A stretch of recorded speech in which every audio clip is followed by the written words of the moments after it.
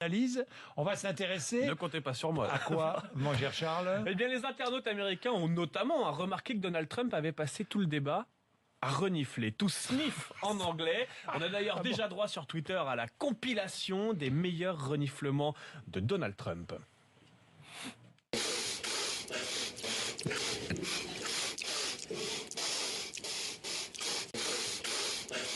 Donald Trump avec sa boîte de mouchoirs, avec ses écarteurs de narines, sans oublier son slogan Make America Great Again, qui est devenu Make America Sniff Again, faire renifler l'Amérique à nouveau. Bon, en France, revenons sur la forte hausse du nombre de chômeurs au mois d'août. Si seulement Rihanna avait écrit à François Hollande pour lui demander de faire quelque chose contre le chômage, on n'en serait pas là.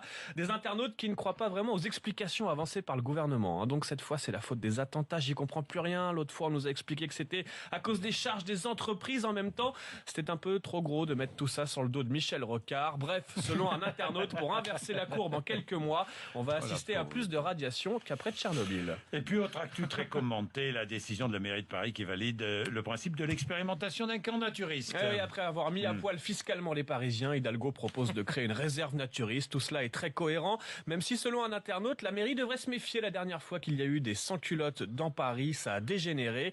Et puis si Paris devient un vaste camp naturiste sans voiture, ça va devenir un peu plus compliqué d'y commettre des attentats. Bref, après la polémique autour du burkini, bientôt les débats sur les bobos cul nus. C'est